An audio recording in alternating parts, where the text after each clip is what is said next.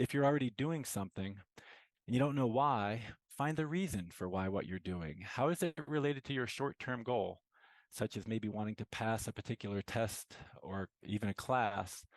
But it can be more powerful if you think about your long-term goals in either how an assignment or activity or test or whatever it is helping you reach that long-term goal, or even how it helps you become the person you want to become. We've done some research in identity. And so there, thinking about your future self and who you want to be and how this relates to what you do tends to motivate you.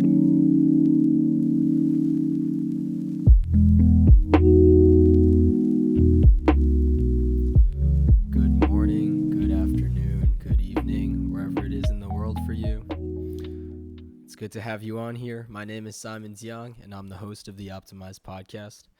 I'm a high schooler right now, and like many other high schoolers and college students, I'm trying to juggle my exams while exercising, getting enough sleep, and maintaining a social life. And I'm sure, as you all know, this is not a simple thing to do. A lot of us students, when we face all these new struggles and pressures that come with higher education, or in my case, high school, we turn to the internet for advice on how to manage our times, on how to optimize our schedules. But the internet, as I'm sure we're all aware, isn't really known for its reliability 100% of the time. So that's really why I started the Optimized podcast. I want to ask the questions students want answered and collect the advice that we need and form a single reliable resource for all of it, or as much of it as I can get in one place. So in this podcast, I interview a lot of scientists about ways we can sleep better, ways we can eat better, ways we can study better, and in this episode, ways we can improve our motivation. I know motivation is a lot of things students, including myself, struggle with. Anytime you start a new hobby, anytime you start a new, for example, New Year's resolution on January 1st, you promise yourself you're going to do this one thing. And then by February, all your motivation is gone. You don't want to do it anymore.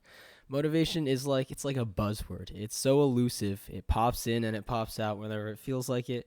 And most importantly, a lot of the time, it holds us back from doing the things we want to do in our life. So that's why in this episode, I brought on Dr. Brett Jones. In case you don't know him, he's a professor of educational psychology at Virginia Tech University, and he developed the music model of motivation. Music, not like the art form, although, it is the same word. So what music is an acronym. It's 5 pillars that form motivation.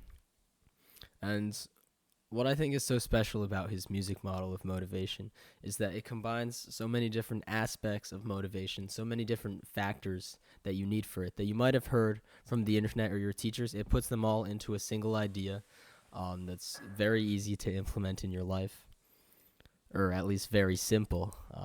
There's a distinction between simple and easy, which I'm sure we all know. I'll put a link to his website in the description if you want to learn more about him. We can't do his full framework justice in just 30 minutes. And with that out, I will stop talking and play the episode. All right, Dr. Brett Jones, thanks for coming on. Sure, thanks for having me. I appreciate it. Mm-hmm. So to start off, can you tell the audience a little bit about yourself? What do you do? What makes you enjoy it? What keeps you going? Sure. Well, I'm a professor of educational psychology and motivation science at Virginia Tech, and I study factors that affect students' motivation. I've been doing that as a professor for about 24 years now, and I've been at Virginia Tech for 17 of those, and it's been a great place to work, and I enjoy what I do. So, yeah. Oh, what kind of stuff are you studying? Well, we've been looking at the motivational climate in classes by some by using the music model, which I can tell you about here later, and seeing how those factors affect students' motivation and engagement. Lately, we've been looking in computer science courses, but we've looked in all sorts of different courses and at the high school level, elementary and middle school as well. But my research lately has been more focused on the college level. Mhm. Some of your work also is targeted towards teachers, right? Like showing teachers how to foster good classroom environments for motivation. Yeah, right. So I've grouped motivating strategies into 5 different categories. Mm-hmm. And so we use that to work with teachers and getting them to think about different strategies that they can use to Mm-hmm. motivate students. So that's also, you're right, a big part of what we Yeah. do. Do you think you could run through your music model real quick? Just the basics for some of our listeners who've never heard about it before. Yeah, sure. Music is an acronym. So it consists of 5 categories of strategies that teachers can use to create a positive motivational climate for students. And those 5 categories are empowerment for the M. It doesn't quite work, but it's close. It's Empowerment, close enough, yeah. right? U for usefulness, S for success, I for interest, and C for caring. And I didn't create any one of these 5 components. They've been studied by researchers over decades, but I put them all in one place because they sort of been fragmented over different theories and different universities and researchers. And so I wanted to create a one-stop shop for teachers who don't have time to study all of Mm. the intricacies of motivation theory out there, but that they can think about these 5 categories and then select strategies related to each. All right. So the 5 categories, could you give like a brief rundown of each one? Yeah, sure. Yeah. Sorry. Empowerment relates to your perceptions of control and choice in a classroom. So Mm. for that, a teacher would want to think about how are they giving students some choices over some aspects of what they're learning. And again, it's not complete choice that the teacher is in control of the learning Mm. objectives and what goes on in the class. But within that, empowerment is one way to get students motivated by giving them choices. Now, usefulness is the second component. There, we're thinking about things that relate to students' lives. It's either relevant to them or related to their short or long-term goals. And so obviously, when we think something's useful, we tend to be more motivated. The success component is related to students' perceptions of success. So do they believe that they can be successful if they put forth the effort? And many theorists have found that when we believe we can be successful, we tend to be more motivated. And then the last 2 are interest and caring. And interest refers to what you think it is that you're maybe intellectually interested in the material, but you can also enjoy it and you feel good about it and you want to participate because it's a good feeling. Um, and then lastly, caring refers to the relationships between people. So it could be the relationship between the student and the instructor, or if students are working together, it also includes the relationships between students. And there, the idea is you're more motivated when you have positive relationships. And we know that we're not as motivated when we get bullied or when we're disrespected. And so we want to create a climate that includes all 5 of these components: empowerment, usefulness, success, interest, and caring, and will be more likely to motivate more students more of the time. So that's the idea. Do you think any of the aspects are more negotiable than others, or are they all like completely necessary for motivation? Yeah, that's a good question. Well, they all work together and they're all Mm-hmm. correlated to some extent. And we've done this, we have over 50 research studies that have been published in peer-reviewed articles. So we have a lot of evidence to show this, that they are correlated. So for instance, if you tend to be more caring and come across as approachable and friendly and respectful, then students may also think that they can be more successful in your class, or they may be more interested. So there's correlation between them. I don't think it sort of depends on the setting. Certainly, success is a big one. If we don't feel like we can be successful, we tend to tune out and not want to engage. So success would be one of the bigger ones, I would think, as well as usefulness. We tend to be more motivated. For the usefulness. But again, they all kind of work together, and that's part of my research, especially in the last few years, is trying to figure out how these things relate to one another, and are some of them more important in some settings than others, which looks like it is the case, depending on what grade level you are and what you're studying and how much the students already know. All right. Do you think if we're students self-study, like, I know a lot of students struggle with motivation not only inside the classroom but also outside the classroom. Uh, do you think we can repurpose the model for use as individual students? Yeah, that's a good question. I think so. These tend to be factors, and again, I didn't Mm-hmm. come up with any one of these factors, but I put them together in the model. Mm. And so let me give you a few examples. I would say for usefulness, If a student were to identify their goals in life and take actions that help them achieve those goals, they'd be more motivated. So thinking about your goals, or if you're already doing something and you don't know why, find the reason for why what you're doing. How is it related to your short-term goal, such as maybe wanting to pass a particular test or even a class? But it can be more powerful if you think about your long-term goals and either how an assignment or activity or test or whatever it is helping you reach that long-term goal, or even how it helps you become the person you want to become. We've done some research in identity. And so there, thinking about your future self and who you want to be and how this relates to what you do tends to motivate you. So thinking about your goals is Mm-hmm. important. And as part of that, um, for empowerment, thinking about the choices that you have and taking control of what you can control so that you move in directions that align with your goals. So you can't do this if you don't know what your goals are. So again, having specific goals and then identifying your goals and writing them down and seeing how you can make progress towards them. And here we start to get into the success component. So maybe breaking down your longer term goals into short term goals so that you can see, okay, I need to do this and this and this and what you need to do to be successful along the way to achieve your goals.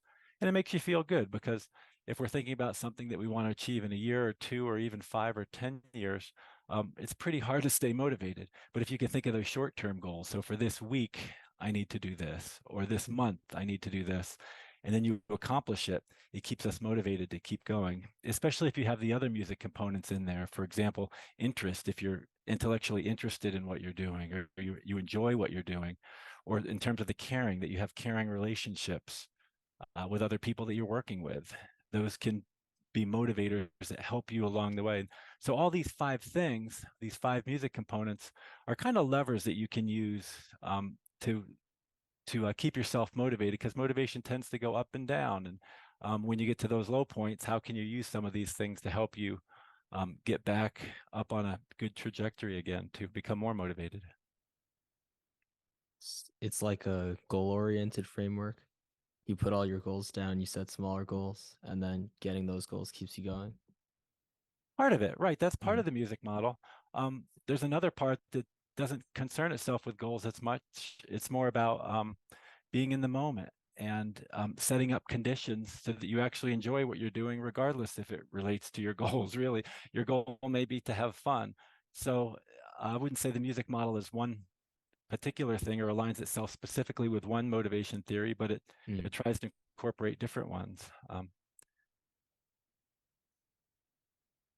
I know for the example of saxophone, a lot of saxophonists say that when you're trying to learn jazz vocabulary, a lot of beginners start by focusing on like the big solos, like the big like Charlie Parker jazz runs that they want to like pull out of their mind immediately. But Right. I've heard that a lot of the times it can get overwhelming when you focus on like the end result instead of breaking it down into smaller goals and then using those to keep you going. Yeah, absolutely. I mean, who can play a Charlie Parker solo besides maybe Charlie Parker and a few other Yeah, people? I mean, that so guy was crazy. Yeah. so yeah. Yeah, as a saxophone player, a former jazz saxophone player, I haven't played too much lately, but um yeah, I mean, he's phenomenal, right? So certainly we can learn from that and he might motivate us to want to get better, but you're right that we'd have to break that down into smaller chunks Hmm. so that we could learn parts of it or identify specific solos that were maybe less complicated, which is pretty hard to find with him. So maybe you select somebody else that plays, somebody like Dexter Gordon is one of my favorite saxophone Oh, I players. He love that guy. Oh, really? Oh, Yeah, great. yeah. Yeah, yeah. Yeah, me too. And so he plays a lot of ballads, so they're Mm, slower. And, a lot of times he does play fast runs in those that would be hard to keep up with, but he also plays some slower things and more mm, melodic tunes. So you might want to, you got to be smart about it. If you want to hmm. motivate yourself, don't try to do what the hardest, Yeah. fastest player is doing. Try to find people that you could actually play with or like and learn from. So. Mm. And for the example of academics, Um, I know that when trying to read research papers, a lot of students who want to like get into science, they see a research paper with like a ton of words they don't know, and then they just shy away immediately. They go like, "Science isn't for me," you know. Yeah, right. And that's where teachers play an important role, because some people might think, well, teachers can't really motivate students. Either they Hmm. come here motivated or not. And that's just not true. We know a Mm, lot of what teachers do can motivate students. Now, certainly a teacher can't guarantee that they can motivate a student, but again, they're setting the motivational climate. And like you said, part of that is selecting materials that have challenges that align with their ability level and not hmm. putting students in situations where they can't feel successful. And again, it doesn't mean making it easy. We're not talking Yeah. about making it easy. We're talking about making it challenging for where they are so that they can succeed and then build on that. And also, a big takeaway for students who want to pick up a skill is to set goals that you can actually achieve, right? That aren't too easy, but aren't insanely difficult. Yeah, and find, people or resources that can help you. How are you going to get there? And maybe when you first start out, you actually need more of those resources. You need to find people who already do that. They can point you in the right direction. Or obviously, you can search the web and try to find resources that can help you to get you headed in the right direction. Otherwise, you're just not going to last that long at doing it. And Yeah. that's why maybe taking lessons from someone Hmm. or finding a friend or somebody else who's willing to help you can be really beneficial because that can keep you motivated to keep going along the way. Do you think there's something to be said for having a social network that cares about the same thing you're trying to learn to keep the motivation going? Yeah, absolutely. And there's different research that shows that, one common example is, I went to the gym for the first 2 weeks of Mm, the year and then I couldn't go after that. Well, if you get a buddy and say, hey, we're going to meet at the gym at 8 in the morning every Monday and Wednesday, people are a lot more likely to do that because they don't want to let the other person down. So absolutely and you may not want one friend, you may want to get three of them, and hopefully one of them can meet with you on some day, or you can do it as a group if you enjoy being with those people. So yeah, absolutely. Having people around helps. And so finding those people or people you want to be like, because we tend to emulate the people that we're around, that you want to find good friends that have goals that align mhm. with your goals so that it keeps you motivated and on track for what you want to do. Set right goals then. Set the right goals. That, yeah, The well, that's right. And those are somewhat subjective depending on your Yeah. values in life and what you value and what you decide you want to become. But once Hmm. you know them, then you can figure out how to find people who may have goals that align with yours. Yeah. And again, you don't have, it's great to have friends who have goals that don't align with you. I'm not saying all your Yeah. friends have to have the same goals as you. That may not be interesting. It may be boring, but you Mhm. want to have some that can help you in those ways, and then have other friends that have other goals. And diversity is a great thing too, to have people who Mm. have different interests than you. You also talk about self belief as an important part of motivation, like the ability to know that you can do something. How do you think we Yeah, can foster more of that yeah, we tend to call that self-efficacy for a self particular efficacy? Mm. activity, right? So if you have self-efficacy for shooting a free throw, I was watching the NBA games last Hmm. night in basketball, and you have to be confident that you can make the shot when everyone's watching you. And that's based on your prior experience, right? So your level of confidence will be based on, have you been successful at this in the past? Or if you haven't done that thing before, is there something similar to it that you can think of that, would give you feedback like, well, I wasn't that good at that, but I think I can do this. And so having that belief and so that's one source of efficacy, and also watching other people, seeing other people like you do it can help to increase your confidence that you can do something. How do you think we can increase confidence if we don't really have it?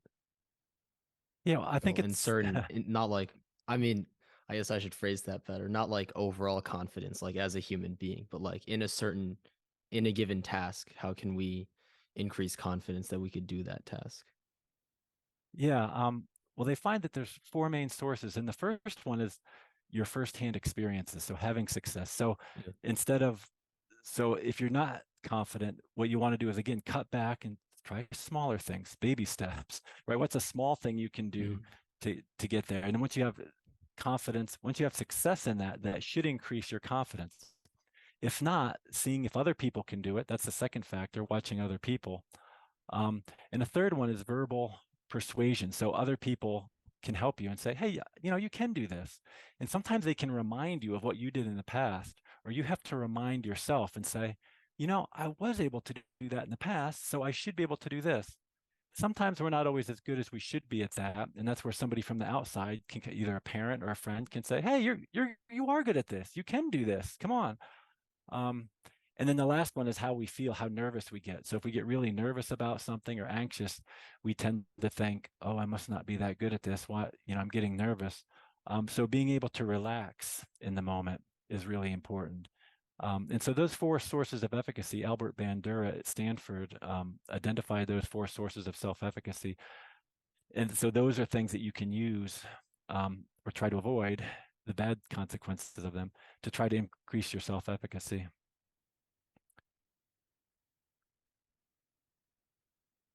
I know that with the example, going back to the example of playing saxophone, I remember that the first time I took a solo, it was impossibly scary and it went very bad. But then every time after that, it got a little bit less terrible. And Okay. now it usually goes pretty good by most people's standards. I hope, but you know. Yeah, yeah. Well, that's a good example that and the fact that you're willing to, I mean, I think that's the thing. We have to realize also that failure is part of learning, Hmm. and that when you start out, it's not going to be perfect. And so helping students and others, your friends, develop that mentality, like, of course you're going to make mistakes. That's Yeah. part of learning. And you hear that a lot now, but that's absolutely true, and it relates to motivation, and that you have to get the point across that if you're not failing, you're not learning. And I guess I used to think about that when I skied, Hmm. downhill skiing. It was like people would say, "Well, I made it down the hill without falling." Okay, well that's okay, but you may not be getting any better. You don't have to have a spectacular crash, but I mean, if you don't feel like you're kind of on the edge sometimes when you're learning to ski, and you're probably not getting better, right? You have to push yourself, and sometimes you will fall, and that's okay. That's part of the learning process. And the same thing goes with the saxophone. Like you said, hopefully you didn't fail too miserably, but people knew that you were getting better. And if you did fail miserably, that's okay too. We can learn from that. So don't fear failure ever. Just fail a ton and then fail less over time. Yeah, that's right. And put yourself in situations. And so teachers have to do this, and you have to do this on your own, is put yourself in situations where you can fail. So Hmm. I think about, I have in my book a figure where you have learning and performance, and they're two different things. In the learning phase, you're allowed to make mistakes, and mistakes are expected. And then there becomes a performance phase where you don't want to make mistakes and that you have to perform. And so, you have to figure out where you are and be okay with it. And so sometimes I'll go out, if I'm teaching, I teach my son how to play tennis, go out and say, now we're gonna make mistakes. It's okay for you to hit it long. Like the purpose here is to learn topspin and to hit it long. If you hit it long, that's okay. We're not playing a match now. But then when he goes to play a match, okay, now we're in the performance phase. Now you don't want to make mistakes, and you want to be a little more conservative, and you want to keep the ball in. And so you just have to realize where you are and create spaces for that learning to occur. Because if we're always in the performance phase, we're never going to make mistakes because we're going to be judged poorly on that. And we don't want that or need that. And it's hurtful to our motivation. Whereas if you're in the learning phase, you feel free. You feel like you can make mistakes and try new things. And that's the only way you're going to get better. Do you think sometimes people are stuck in the performance phase and never move Yeah. themselves over? Yeah, they get in that mentality, and even on, homework and other things, oh, I don't want him to think I don't know this. People do it all the time. We protect our ego, and that's part of self-worth theory. That a lot of what we do is to protect our ego and how good we are, and we can't show people that we're not good. I mean, that would be terrible. And and I'm kidding, because we need to, you have to do that in order to get better. So you have to come to a place in your own mind where you say, it's okay for me to fail. It's okay for me to not do as well. You don't want to have a spectacular failure. For instance, if you're driving and you're going around a corner and you say, well, it's okay if I fail, I'll probably just flip my car once or twice. That's not okay. So there are situations where you do have to be more conservative, and it's not a learning phase, it's a performance phase. But if you're taking an end of grade test in high school or a final exam in college, those are performance phases, and you don't really want to fail at those times. But other times you can let yourself fail and learn from it. But I also want to talk a little bit about flow. So I know sure. flow's been very popular online recently because Okay. The way people describe it, it's like it's almost like an altered state of consciousness. But do you think you could just Yeah. give us a quick rundown of what it is and the factors for I also Yeah, sure. read some of what you wrote about flow, like the factors that contribute to entering flow state. A lot of them seem to overlap with the factors that make you motivated. Correct me if I'm wrong, but Yeah. No, absolutely. And like I said, when I came up with the music model of motivation, music is comprised from a lot of these different theories and mm, probably over 60 theories I mentioned in my book. And flow is one of those theories. And it's one of the bigger theories, actually, that influence my thoughts about the music model. And so flow is this holistic sensation that you feel when you're fully engaged in a task. And mhm. that's sort of what you were getting at. And Dr. Dr. Csikszentmihalyi is the one who came up with this. He recently passed away just a year or two ago, but he's the one that started a lot of research on this, and he has a book from 1990 called Flow. And so what he found through his research is that we probably don't get in deep flow all the time, but sometimes we get into it, and we can get into a more of a surface level flow maybe, and we can do that by we get into flow either deep or more surface level by engaging in activities that are challenging, but that your skills can meet those challenges. So again, it's not too hard of an activity because otherwise we get anxious and we can't really do it. And if the activity is too easy, we tend to be bored. So what he says is you want to kind of get in that flow channel, kind of the middle between being anxious and between being bored. And when we're in that and our skills can meet that challenge, then we get into flow. And it's this holistic sensation that we get. And we tend to lose sense of time and we get really focused on it. And so that tends to happen. He identified factors um, that lead to this sensation. And some of the big ones are that there's clear goals.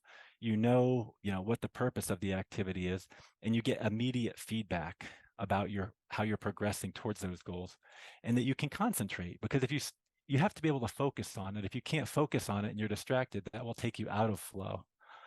And there are other things that you can do, but those are some of the big ones and that's why we get into flow. We can get into flow in things like sports and music because they have clear goals. There's clear boundaries. It's not just a free for all, do whatever you want. There is some creativity and you can do what you want within boundaries. But within those bounds, there's clear rules. Like again, even watching a basketball game last night, there's clear rules. You put the ball into the hoop. You can only take so many steps. You have to dribble. There's all these rules. But within that, you can get into flow if you know the rules and have automatized a lot of these skills. So in other words, they're automatic, basic skills. You can do them without thinking. And the more of those that you have, it frees up your mind to think about other things like where you're going to pass it and where you're going to be moving to on the court. And so the more skill you have, the more you're likely to meet a more difficult challenge and get into the flow state more deeply. How important do you think flow is for most people? Do you think it's just one part of the bigger model of motivation, or do you think everyone should be seeking to pursue it almost every day?